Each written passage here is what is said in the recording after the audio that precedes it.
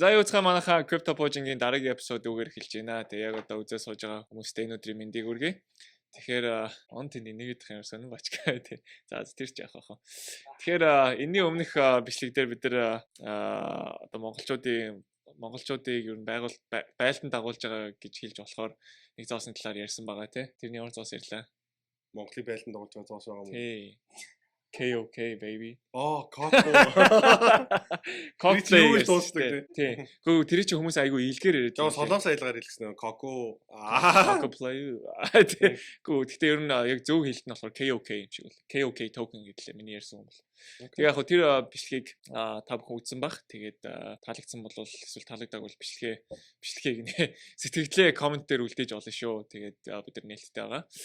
Тэгэхээр энэ 7 хоногийн news гэх юм бол хятадууд ер нь нэлээд фодтай ах шиг байна те. Нэлээд хятадууд ер нь л ойрхон бараг 7 хоногт нэг удаа биткойныг банддаг болсон байна. Тэгээд энэ бол майнеруудыг дахиж үлдснүүдээ хөөж гаргана энэ төргээд бас яригдж байгаа. Тэгээ ерөнхийдөө биткойн блокчейнийг ерөнхийдөө блоклцсон хэд их удаага байн хийчихвээ бараг одоо 7-8 дахь удаага байн хийчихв 2017 оноос гэсэн байна. 2017 оноос хойш бараг те. Тэгээд энэ удаа яаж нөлөөлөх үү те биткойны price үнэлгээ ер нь дээшээ явхад хэр нөлөөлөх нь тэрийг бас хэдүүлээ харж байхад илүүдэхгүй бах те.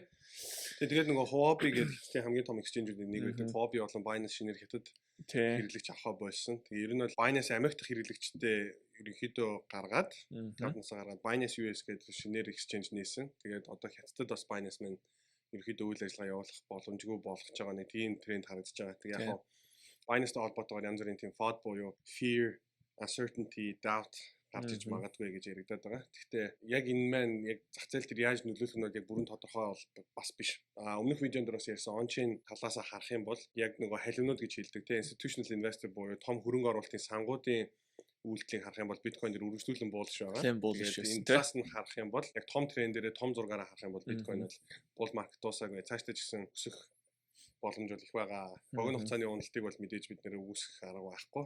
Тэрийг бас манайхаа анхаарах хаа. Тэгэхээр цаашдаа ярихад Terra-гийн блокчейн дээр нь айгүй олон гайхалтай зүйлс болж байна л та тий. Тэр дээр одоо Columbus 5 гэж гарч байгаа маргааш. Тий. Columbus 5 удахгүй гарч гээ. Тэгээд дараагаар нь бас NFT лонч хийх гэж байна тий. Luna Bulls гэсэн мөлөө.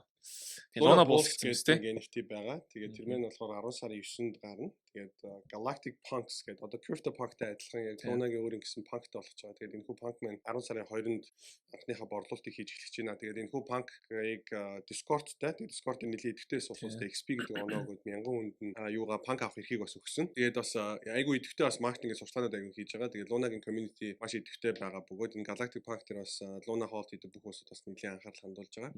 Дээрээс нь эдгээр бас Twitter дээр хөөрхөн бас юм puzzle буюу одоо онцлог таалгаж байгаа нэг тийм тэмцээнүүд зохиолж байгаа шүү дээ. Тэрхүү тэмцээнд бас амжилттай оролцсон улсууд байх юм болно.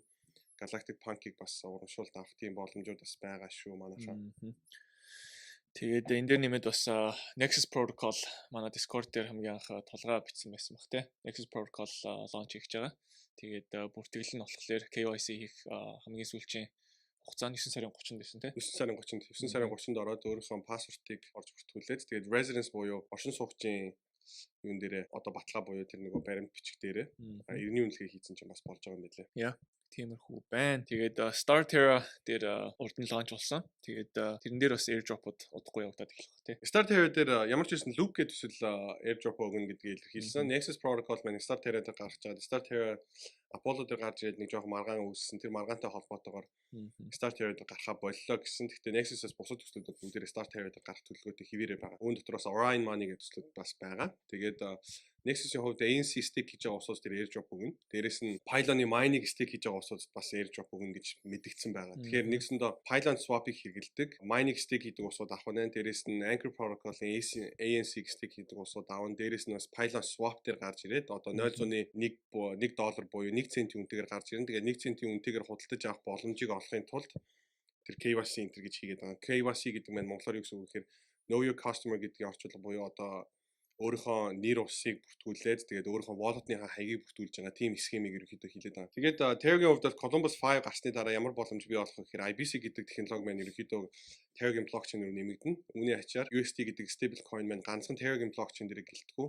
үргэлжлүүлээд бүр космосын бүх экосистемүүдээр ерөнхийдөө дамжиж явах боломжтой болно. Тэгээд энэний хамгийн хүлээлт өндөртэй байгаа exchange нь юу вэ гэхээр Osmosis Zone дээр гарах тийм хүлээлттэй байгаа. Өмнөх видеонуудаар бас тэрийг чинь бид нэр ярилцчихсан байгаа даа. Тэгээд яг хуу хятадтай холбоотой FOD гэж ярьсан. Дээрээс нь Америкт бас SFTC гэдэг байгууллагаас бас stable coin энтертэй холбоотойгоор бас дайралт. Тэгээ хуулийн ерөнхийдөө тийм мөрдлгүүд бас хийх шаардлагатай болно гэж бас яригдж байгаа маш олон тиймнүүд байгаа. Тэгэхээр news талаас ярих юм бол крипто зах зээл дээр айгүйх тийм дайралтууд их орж ирж байна. Тэгээд үргэлжлүүлэн зах зээл дээр бас яг олон хүмүүс болгоомжтой бай гэж хэлж байгаа. Би бол үргэлжлүүлэн буул шивээрээ байгаа. Тэгээд саяхан Brian Berkman гэдэг залуу Real Vision Finance-тэй ярилцлага хийсэн. Тэгээд Real Vision Finance-тэй ярилцлагатаа ерөнхийдөө Ethereum дээр гарч ирж байгаа layer 2 solution-уудын тухайс хуваалцсан 4 шиг solution байгаа. Arbitrum, Optimistic Rollup, тэгээд ZK Sync, тэгээд Starkware гэдэг эдгээр Rollup solution-уудыг бас ярилцсан. Дээрээс нь залуугийн Twitter-ыг ороод ухсан чи өөрөө бас нэг энэ NFT-тэй холбоотой төсөл гаргаж байгаа юм билээ. Тэгээд тэрхүү төсөл нь бас айгүй надад сонирхолтой санагдсан. Тэгээд BYOA буюу Bring Your Own Algorithms.